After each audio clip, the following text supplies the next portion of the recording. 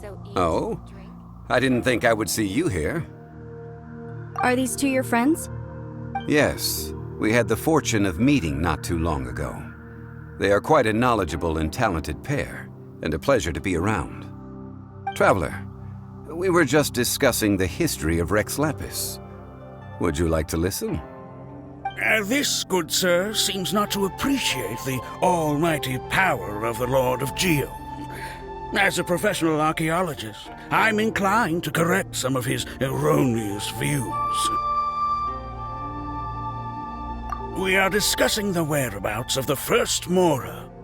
The first Mora? As everyone knows, the Lord of Geo taught the ancient people of Yore the craft of smelting, creating goods that allowed them to develop trade with the early nations of that time.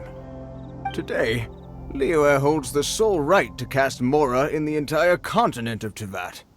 The world's very first Mora should have been cast by the hands of the Lord of Geo himself thousands of years ago. According to my research, as well as my own hypothesis, I believe that this coin of unique historical significance has been passed down secretly through the years as a kind of token. For example, perhaps the Qixing who control the Liyue use it in some kind of unknown ceremony they hold when they come to power. No. My research indicates that the first Mora coin is not such a simple thing. Mora is a catalyst. This we all know.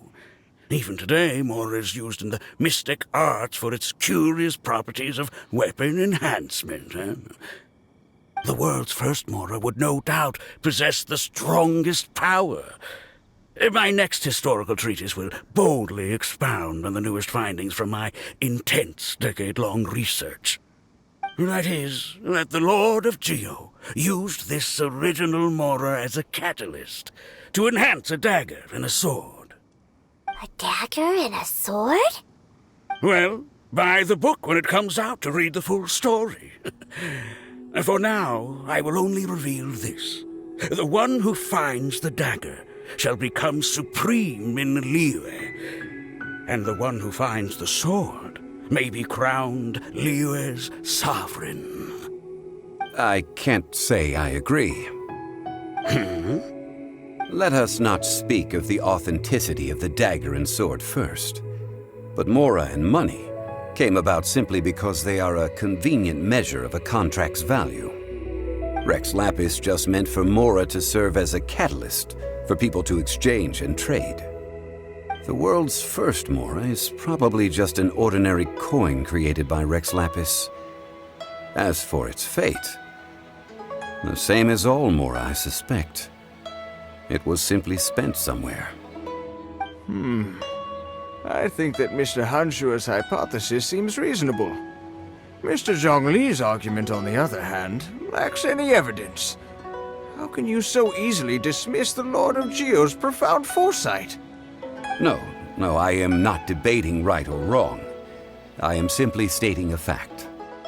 Enough! Do you think you understand the Lord of Geo more than me? I know but little about history, and I wouldn't dare to brag. But discussion is meaningless if everyone has the same opinion, no? Well then, answer me this. Long ago, when Liyue Harbor was being constructed, the Lord of Geo taught the people how to build houses. The model home he used to teach them was completely cast from Mora, correct? That is correct, indeed. Okay, then tell me. Why would the Lord of Geo do something so extravagant if not because of the mystical power that Mora contains? There's a simple explanation, really. To the god of wealth and commerce, what material is easier to get than Mora?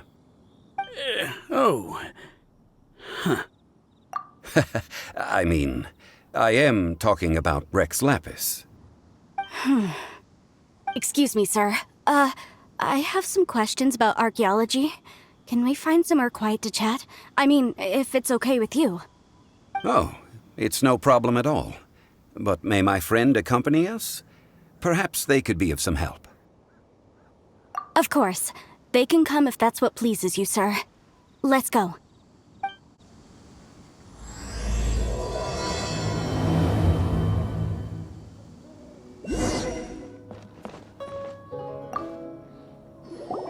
What I'm about to say is a bit disrespectful of the Lord of Geo and would draw a lot of angry looks. So it's best to discuss this somewhere quiet. Your argument just now exhibited acuteness of speech and thought. Most importantly, you don't fall for the boasting and acting of the others. You remain objective. So I have a question for you. Perhaps you will answer differently from other scholars. Do you think that all the gods that the Geo Archon killed were evil? Let's not analyze it in terms of good versus evil. Rex Lapis placed great importance on the integrity of contracts. So any gods he killed certainly must have broken some kind of contract. Right! The Lord of Geo wouldn't kill the innocent. But when I was doing some research, I learned about the legend of the god of salt. The god of salt, Havria, was a very kind god, but she encountered Morax one day in battle. Morax used a rather underhanded trick to assassinate her. What? No way! This bit of history is a long story. But you may not like the truth when you hear it. Don't worry, please tell me what you know. This event, I've already searched for answers for a long time. No, it's just... Where should I begin? Over here! Mr. Zhongli! I've been looking for you. So you're over here all this time. Put down your weapon and stay back. Otherwise, Paimon's reporting you to the Millilith. First of all, I'm not holding a weapon. There's no need to overreact now. I'm simply an archaeological researcher from Snezhnaya. I'm not here for trouble. The Fatui say that every time. But this time, I registered with the Liyue Ministry of Civil Affairs. I could show you the official documentation if you want to see it. I will be conducting an archaeological survey here, the results of which will all be shared with the ministry. I heard that Wangsheng Funeral Parlor had a consultant named Zhang Li, with immense knowledge of ancient history and archaeology. So I paid Wangsheng Funeral Parlor a handsome amount to hire Zhang Li as my own consultant while I'm in town. So you mean to say that this is work for the Wangsheng Funeral Parlor, yes? Well, since it's work, I don't have a choice. A consultant of the Wangsheng Funeral Parlor must respect their duty. Of course you would be such a reasonable man. Well then, let's head out now, shall we? Wait, if you are studying archaeology, can I go too? I am also a scholar in this field, so I can help. That will give us a chance to continue the topic we were just discussing. Oh, and you should tag along too. This experience may be of help to you on your future adventures. It is a story from before the rise of the Seven. Although the god of salt has already perished, it will still be a meaningful experience for your journey. Wait. This is an archaeological expedition, not a tour group. That's too many people. But this friend of mine has a treasure-finding talent, surpassed by no one. It will surely be of great help to us. Oh? What talent? If my friend espies a treasure chest, they will absolutely find a way to open it. Hey, Paimon's good at that too. Well, that is quite enticing. All right then. Well, let's go. There's no time to waste. When the Overlord of the Vortex was crushed by the Jade Chamber recently, perhaps something of interest was washed ashore. An ancient artifact would be good. Traces of ancient activity would be great. But a piece of the god's limb would be even better. Who knows what surprises we may find.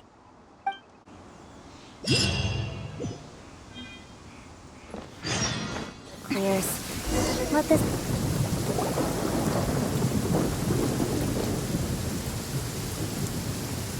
This place looks so ordinary. Can we really find anything valuable here? Huh? Paimon thinks it looks really grand. I don't mean the scenery, but rather that there should be something out of the ordinary. A big battle did just occur and all, and I don't even know where to begin looking here. Guyan Stone Forest is actually the perfect place to be. if you wish to learn about the gods or the history of the Archon War.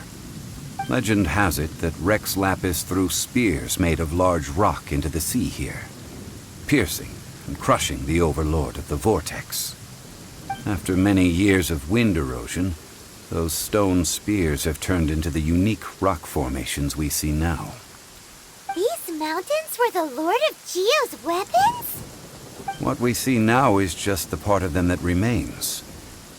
The stone spears hurled by Rex Lapis all those years ago were much greater, both in number and in size. But due to the different angles they landed at, their large centers of mass, erosion by seawater, and years of gravity, many of them have been completely swallowed by the sea. So besides wind erosion, the initial collapsing of the stone spears also played a big part in the formation of Guyan Stone Forest. Well, a god able to fight one so powerful as Rex Lapis was certainly very strong in its own right. Indeed. This is where the value lies in research at Guyan Stone Forest. Most of the objects from that time were lost to the sea.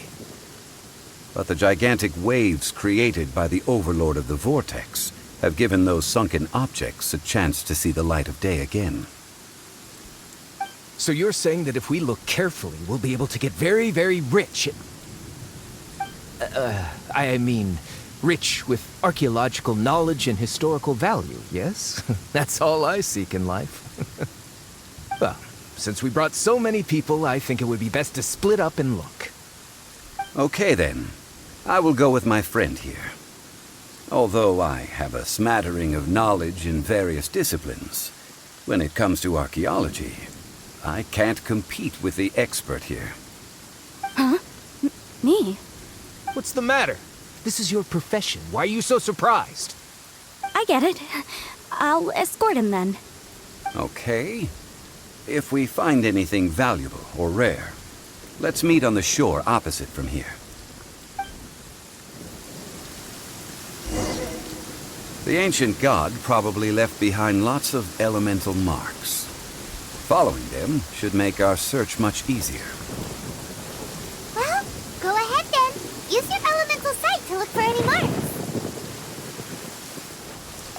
Why are there enemies here? Guyan Stone Forest is a place where a god was defeated, and its remnants still affect the area to this day.